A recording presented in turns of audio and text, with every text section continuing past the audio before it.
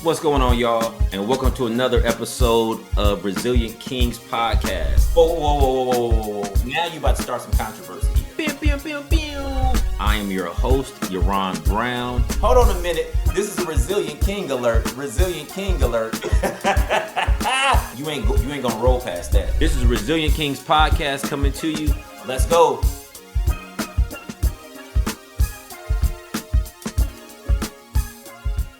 What's going on, y'all? Welcome to Resilient Kings Podcast. I'm your host, Yaron Brown, and we have Nasir back in the house again to talk about therapy, to talk about a whole bunch of different things connected to it. He is a father, entrepreneur, a man of many talents. He is back again to share some insight with y'all. And I'm going to tell you, Nasir, on your last episode, you ended talking about failure and just people being enough, right? And some things that came up for me when you said that is, there's this adage that we express, right? That people express, that a lot of men express. They talk about if we do the same thing continuously, it is a definition of insanity, right? Right? Mm-hmm. I am going to push back on that. And I am wondering, and this is just me, this is two Resilient Kings talking. Mm-hmm. I'm wondering, is it actually human nature? Is actually doing the same thing repeatedly over and over again, expecting a different result. Is that actually human nature? And I'm asking that. So let me expand a little bit. Let me jump in my bag a little bit, just a little bit, y'all. I'm gonna jump in my bag a little bit. Let's go. I'm wondering if the reason why we are doing the same thing over and over again, expecting a different result, is because we are trying to search for safety and security in whatever it is that we are trying to do, not realizing that it's not getting us to the result we want from a different place. Right? I'm not intentionally dating this female or this male or whomever partner I have with the intent of going into the relationship and it being bad. There's a different part of me that's seeking this safety and security in this individual. So am I really insane, or is this just part of my human nature at this time? Because like you said in your other episode, we might not have done the work to see our human nature in that stage. I think I'm with you. Yeah. Right. So we talk about it being insanity, but it's not insanity if you're not awoke, if you have not woken up to what you're doing is not necessarily beneficial for you. Yeah. It's part of your natural process because that's how you learned it in the world. I'm hearing it. My brain was thinking that maybe instead of, with the adage of what's the saying? Insanity is doing the same thing over and over again, expecting a different result. At least that's how I remember it. And maybe instead of insanity, the swap out is the word deep unconsciousness. Deep asleepness. Like I was deeply unconscious or deeply asleep, deeply unaware, because I kept doing the same thing over and over again, expecting a different result. There we go. Yeah. If I'm hearing you right, absolutely are. You absolutely are. And so like I was listening to I'm a hip hop head, right? So I listened to Big Sean's latest album. Yeah.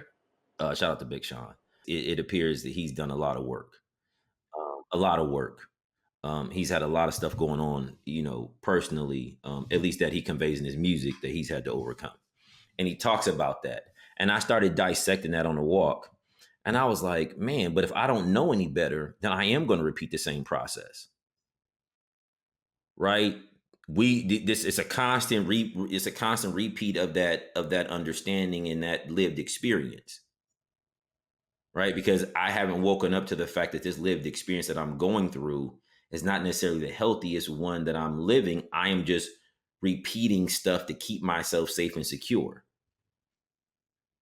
And it does, then what I'm repeating may not be healthy for me. I just may not realize it's not healthy for me. Right. So a prime example of that is, I mean, 60 or 70% of American society is insane. And if that's the case, because we repeat the same process over and over again with food,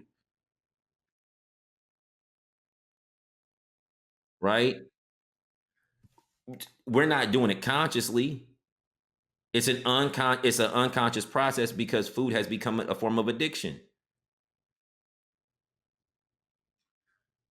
right? And so we are seeking safety in food and security in food. When we on the road and we feeling some kind of way, we're gonna go pick up some burgers and fries and some cakes and some whatever the case may be. Because we want that feeling of safety and security, right? We ain't got no money. We get a couple dollars in our pocket. We going to buy a steak or whatever the case may be and eat real good. Probably ain't gonna have no money after that, but we gonna do it for the moment. So so I just want to throw that at you because that was hitting me in that process. Um, what have been some of the biggest challenges for you in your life? I'll share what's immediately coming up in the moment. The I would say, well, there's a couple things coming up now. One is value. The I don't think that I growing up had a deep abiding sense of just innate value. Um, just keeping it real, being very honest. It came over time, over years, over quote unquote, doing the work, self work, healing work, wellness work, self awareness work, introspective work. Um, so yeah, I would say that I guess you could say as a challenge or something I woke up to, but it wasn't, yeah, I woke up to like over years, and And I oh, ask you, go so ahead. how did you know you didn't have value? How did you know that that was something you needed to work on? It was an inner. I'm trying to think of a good like practical example. It was an inner um, feeling state, I guess, more than anything, or mental mental emotional state. Um, believe maybe I can make it concrete in this way, like believing like, oh, if I show up in the space, my presence isn't just innately valuable, but what I do, what I provide, like, okay, I can show up and do the thing, provide the thing or serve in this way. That's value. Nothing wrong with showing up and serving and doing, and like nothing wrong with that at all. Shout out to serving, shout out to doing, shout out to all those external things. But for me, it was like real. It was, I guess that's it. Realizing that some of that came from not being in touch with like the, to my mind now, the reality of like your presence is valuable. Like the being, there you go, the being, like your beingness is not just valuable, profoundly impactful, in addition to what you do when you show up or when you're present in a space or with a person, a client, family, friends, whatever. But again, that wasn't, young Nasir. That piece wasn't innate. Thus, okay, well, I can show up, but I have to go do something now to provide value or add value. So it So was were it was you that. Yeah, that so were was. you not doing, or were you showing up in a way? So I guess when you say that, what I think about is, were you doing something contrary to that? Right? Were you, because you didn't have value, were you going left in some way, or right in some way? Right? Were you working excessively to try and create that? Right? Were you um hoarding the dollar, right? Or like hell bent on working 80, 90 hours a week. Like, my value is in what I drive, my value is in what I'm wearing, my value is in, how many hours I put in, my value is in the number of ladies I conquer, whatever the case may be. Like, when you did not have that intrinsic value, that internalized value, did you see your life differently in that period of time? The main thing is for me, it didn't show up as much externally, like quote unquote going left externally.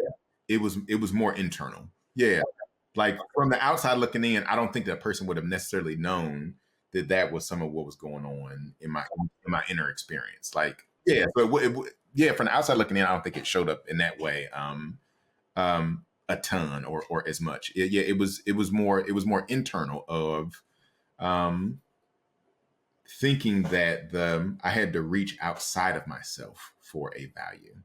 Um, yeah, so But that that that's what we taught, right? As young men, as people, as men trying to become resilient kings, right? Because resilient kings is just not about just being resilient from a position of I can endure.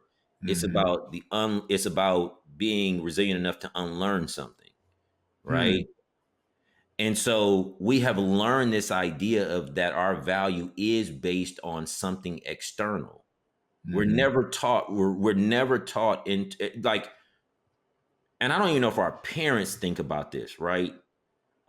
I think our generation is different because we are more likely to go to therapy, or we're getting to that place. right. We're more likely to go to therapy, but I don't even think our parents considered the idea of internal value, right? Not to the same degree or not consistently. So we get a lot of that, get a good job, have a wife and kids, and your life is going to be great. Get the car you want, your life is going to be great. We don't really get the whole understanding of intrinsic value is so important to our development as human beings, right? Because if we have that, then we don't need all the stuff on the outside, right? Not to say it's bad to have it, but we don't need it all, right? We don't feel this overwhelming sensation to have it, right? It's okay if we have it. If we have it, we have it. We don't, we don't. But now we got this overwhelming need, and we stamp and validate everything from that external perspective, or many things from that external perspective. How did you work yourself out of that? Like, when did you realize it? And then how did you work yourself out of it? Or how are you working yourself out of it, right? Because it's a process, right? It's never complete. And that's what life is about. And nothing is ever complete. How did you pick up on it? And then how did you switch things up for yourself? One singular aha experience of like before and after for me. So the answer of how did I do that? How did it unfold is I would say slowly over time. It unfolded slowly over time. And a part of the internal awakening was this may seem simple, but paying attention to how I felt, like realizing like I don't feel good. Like, yeah, I don't feel good. I don't like the way I feel, like the predominant, yeah, the predominant emotions or the predominant thoughts and emotions. Like, Hold on and a again, minute. Hold on a minute. yeah, Hell no, you ain't getting away with that. You uh ain't huh. getting away with that. No, I said you ain't getting away with that. Here we go again. This is a Resilient King skill. Here we go again. This is a Resilient King skill. Bam, bam, bam, bam. Yeah, we need the air horn. We Yeah. need we need it. We need it. So you said paying attention to how I feel, not physically. Men, not physically. Nasir is talking about how we feel internally, psychologically, emotionally, right? With a level of intention on how we feel internally, right? Oftentimes as men, we stuff all that down. That don't matter. You actually paid attention to it and realized I don't feel good, right? That's huge. If you are not feeling good, that's not something you just bypass, right? And so part of, and I say this, um, part of the energy behind Resilient Kings podcast was Pac's poem, Rose That Grew Out of the Concrete, right? Huge Tupac fan because I think he's a very complex individual, right? I think that he shows a portion of manhood and masculinity that he was trying to get on the other side of, but his untimely death kind of prevented him from getting on the other side of it, right? Because in a lot of ways he was working towards deprogramming himself and trying to find himself in a lot of different ways. Um, we celebrate the resilience of the rose that grew out of the concrete, which I love in the poem. And I think that we do not discuss how the rose grew though. And so what you're talking about is how the rose grew, right? And so we can't just grow any kind of way and be like, okay, we good. There's stuff that we hold on to that we've lived through that impact how we connect with ourselves and how we connect with others. And you said, I'm noticing something internally that just is not sitting right with me. I need to figure out what that is. And for all you resilient kings out there, that's a huge skill. Being curious about what it is inside that just don't feel right. And that's where therapy comes in. Right? That's where that work comes in. Even if you're not doing therapy, that's where that internal work comes in. Even if you initially pick up a book or just sit with yourself for a minute, any of those things are options. Just plowing through it is not an option. That is just plowing through it is not an option. Not if you're going to be a resilient king, it's not an option. Right? So you get to this place, you just didn't feel good. What did you do with it?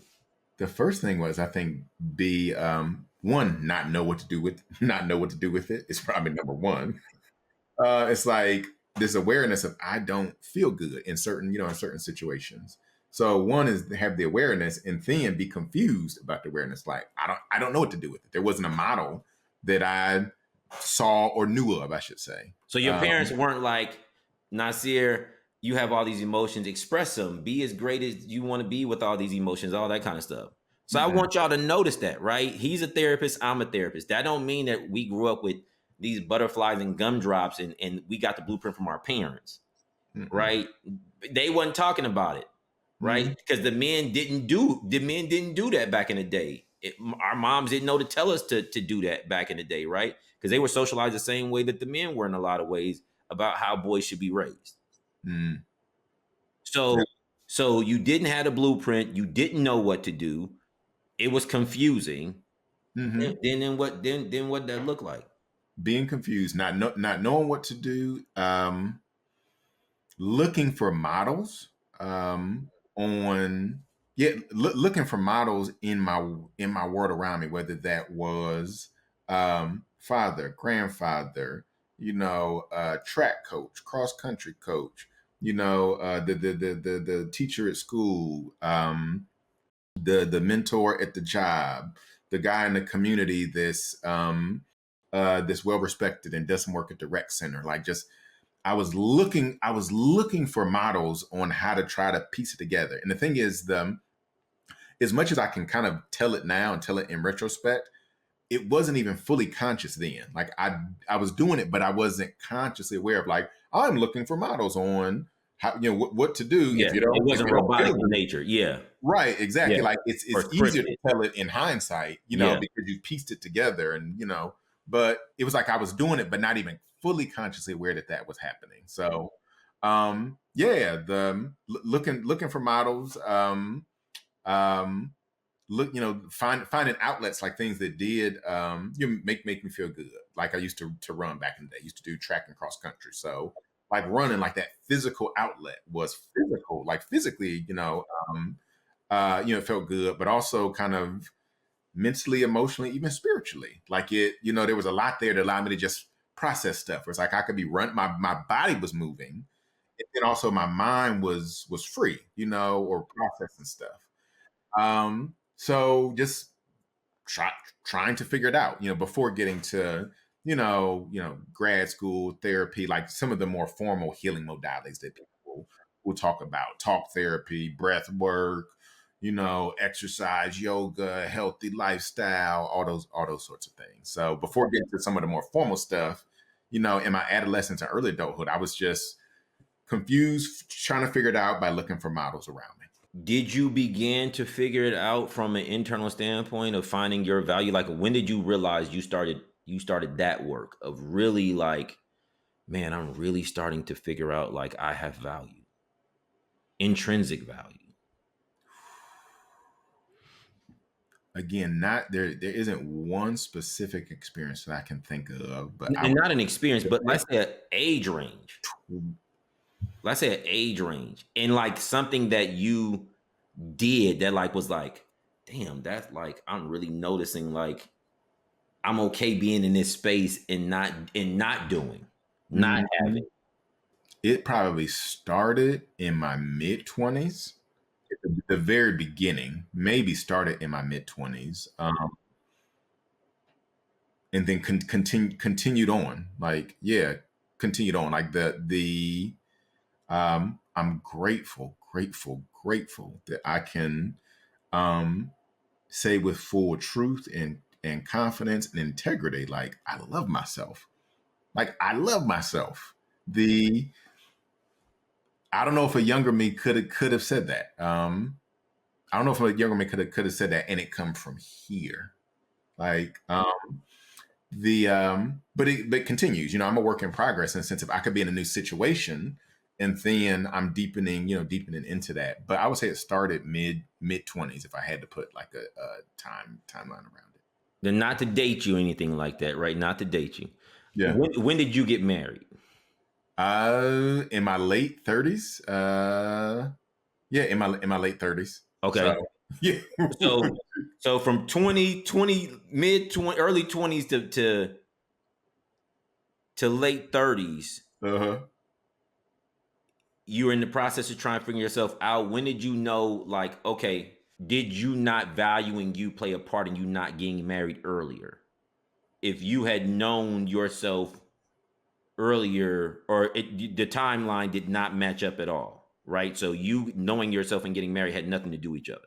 Yeah, the for me those two didn't necessarily didn't necessarily intersect. The because to be married, like you're learning yourself in a different way, because the there's another person that's reflecting you back to you, like in the mirror. So my wife will reflect things back to me, and I'm like, okay, like so um yeah, those two didn't necessarily coincide, like that piece of the inner work, not yeah, and get married like later on. So for me, And I'm gonna ask a question because this is I know this is a big thing nowadays for men, right? They talk about not being married, right? Why get married? Why'd you get married? some of it was, I think, time. Like I was in the space where I wanted to get married. Like it was a it was a desire. Like it felt natural. The My wife and I had been together for a while. The I wanted to kind of lock it down, so to speak. And it it was what I was taught and shown. Like it was the model that I had. Like that's the ultimate goal. Like I didn't ever not have that model, if that makes sense. Of That's the progression of relationships. So that's always been, for as long as I can remember, the model. And like I said, my wife and I have been together for several years, and it was, to me, kind of an organic or natural progression. I know that's not everyone's experience, or every man's experience. Fully aware and fully respect and acknowledge that's not everyone's, but for me, that's what it was. So now, how many years before y'all got married were y'all together? 4 5 years. Yeah, 4 or 5.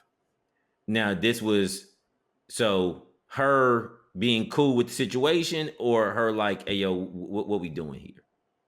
No, the her being cool with the situation, like it wasn't a what are we've had conversations, or we had conversations prior to get married, but it wasn't like, come on, like, Okay. or yeah, it wasn't anything, it wasn't any of those. Yeah. Okay. Yeah. So the shout out the wife. What's your wife's name? Precious. Precious. All right. Hmm. Shout out to Precious. Shout out to Precious. I appreciate you taking care of Nasir, making sure he's good to go. Making sure he's good to go. So now you guys got married. Um, what has married life taught you about you? That is probably the one. It is, or can be, a deep blessing, a deep gift. Um, can definitely be challenging. Is going to have its ups and downs, but deep blessing, deep gift, and this could be the case, I think, with any relationship. It doesn't only have to be, marriage, but like, it can be a mirror. Yeah, a mirror to help you see you. And yeah, those are kind of the immediate things. I could just keep on going, but those are the kind of the immediate things. Yeah. A lot of people believe that marriage is supposed to be easy, Hmm. right? That you get into marriage and that's it, right? I found my soulmate. Mm-hmm. The end. The end. Right. Roll credits. Roll credits, right? Roll Uh-huh. credits, right? We were Uh-huh. filming in Georgia, so Uh-huh. Uh-huh. so so what is that though, right? So like, did you think once you got married, I met my soulmate? The end. In transparency, a part of me did, and being a therapist, IFS, internal family systems, and quote unquote parts work.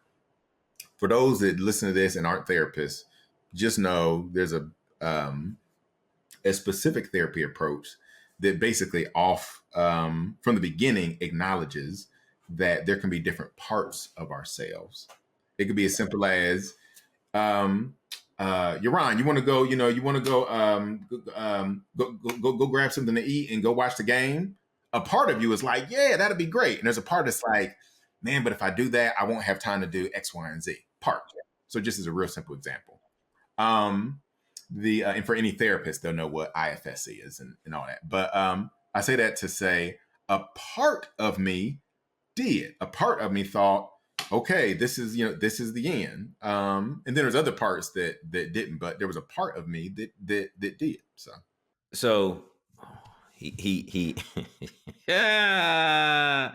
Here we go again, dropping these jewels on y'all. Y'all don't even pay attention to it, so I gotta expand a little bit, because Nasir be over here just be saying stuff and just be like, okay, here it is right here, put it down. So then I gotta pick it up. So he says something very crucial, that there are different parts of us, gentlemen, young kings, princes out there. There are parts of us that we need to connect with and attune to. And if we don't connect to those parts and negate others, then we are allowing only certain parts of us to exist.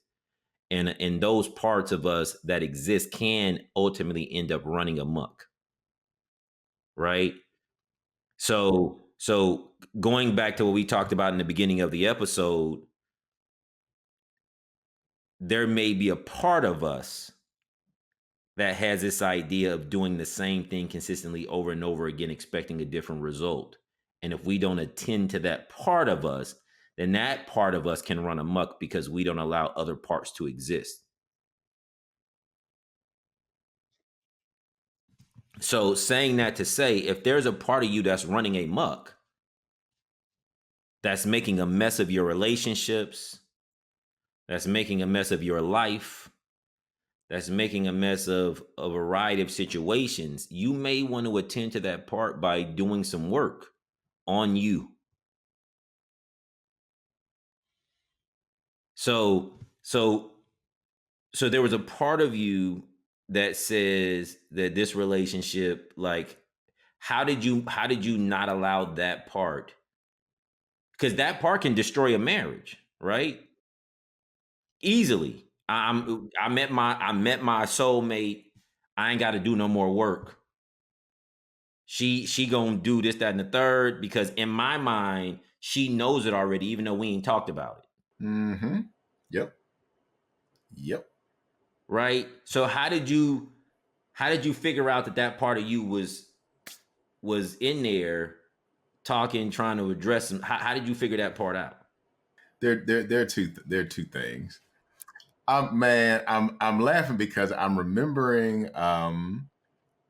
I remember when we got married, and I remember having a conversation with my dad, and it was a very. It wasn't like a sit down conversation. It was like kind of a brief. But I think I remember saying like, I don't know if it was the day we were getting married or close to it, and I think I remember saying something effective like, I'm really excited or something like that. And he didn't say anything. My dad, he didn't say anything, but there was a look that he gave me. That energy came across. The energy came Ron, across. it was a look. And he just kind of said something to the effect of like, just, wishing God's blessings and like just, and that was it. So it wasn't a protracted, but I remember the look. I remember the look. I remember the energy behind the look. Gotcha. If I had to try to give words to the energy behind the look, I think this is me. I think it was, he just doesn't know. He just doesn't know.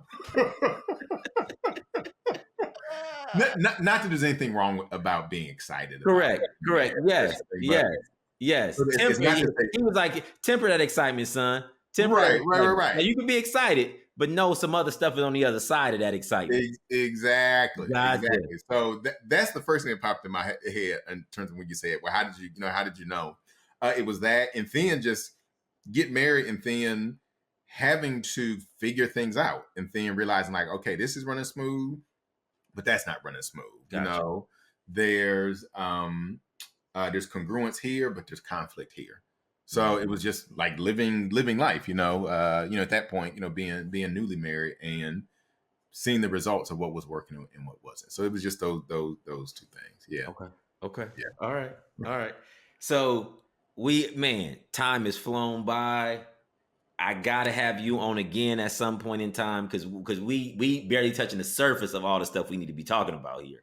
Because it's so much stuff that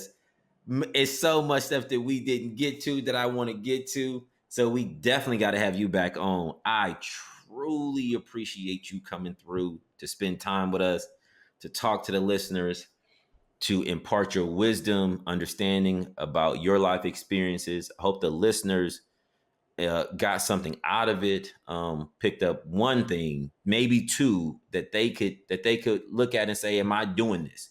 Is this or do I want to go in a different direction?" Right? But just wanting to do something different. So I'm gonna ask this question. And this is gonna sound like a crazy question. I'm gonna ask the last question before we end. Is there a song or a movie that's like a soundtrack to your life, or something that you connect with, like that resonates with you, that gives you like some kind of feeling? A song or a movie, or like you can listen to it all day, you can watch it all day, and like you get something from it. Oh, that is a good question. That's a very good question. I can't say song only because I love music so much. Like I'm a music buff, music head. I couldn't only select one song because I love music in different genres and all that. So there isn't one song. But you said song or movie? Right? 'Cause I'm a movie buff, and I'm a hip hop, R&B, soul music person. Yeah. Yes.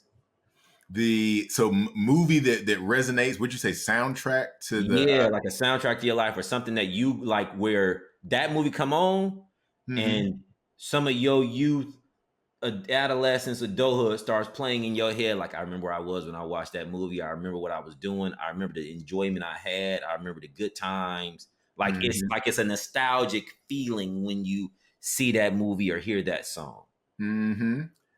Although there probably could be the answers, there probably could be several. The two that popped up were these may sound weird, but one is the Karate Kid. The Karate Kid, okay. And the other is the Shawshank Redemption. And even I'm in the moment trying to think, okay, why did those come up? Both, I love both movies. I think both are phenomenal movies. I think the Karate Kid comes up because it's a coming of age tale. It's a coming of age tale that is as a younger man, like I could identify with. Was it Daniel LaRusso? Yep. I used to do martial arts, so like that was a part of it, and and him just coming of age, learning about himself, getting mentorship along the way, and learning like really valuable life lessons through, a karate tournament in the valley. Yes. And then now, I can course, identify with Danny, but identify with Mr. Miyagi as well. Like just Yeah. being able to identify with both sides of that. So that movie, I think, is one. Then the other is the Shawshank Redemption, in the sense of just very briefly, like metaphorically speaking, and yeah, metaphorically speaking, like he went through hell. Like what that character went through was hellish, like challenging, difficult, traumatic, the whole nine. Um, and even still, he was able to um, stay attuned to his humanity. Yeah, he was able to stay attuned to his humanity. And the scene at the end when for anyone that's seen it, and I don't think I'm spoiling it because it's been out forever, but the scene at the end when he crawls out of the storm drain or whatever, and the music's going, he's walking through the water, and then he tears off, I think his shirt, and he just looks up, and he has his hands out, and it's pouring down, and it was to me just the epitome of freedom, like freedom, freedom, freedom. So those two, when they both come on, I'm gonna, if I can, sit down and watch them, and yeah, they both have some resonance. So I'm gonna ask you this question, and then we done. I promise. The last question: did you do the kick? Did you try to kick? I attempted as many on that kind of, I attempted to do the kick. Okay. All right. Yeah, I attempted to, and we'll leave it at that. We'll leave it at that. Okay. Yeah. Look, brother, thank you for being on the podcast. I truly appreciate you. It has been a blessing to have you on here again. Again, this is Resilient Kings Podcast. I'm your host, Jaron Brown, and we out.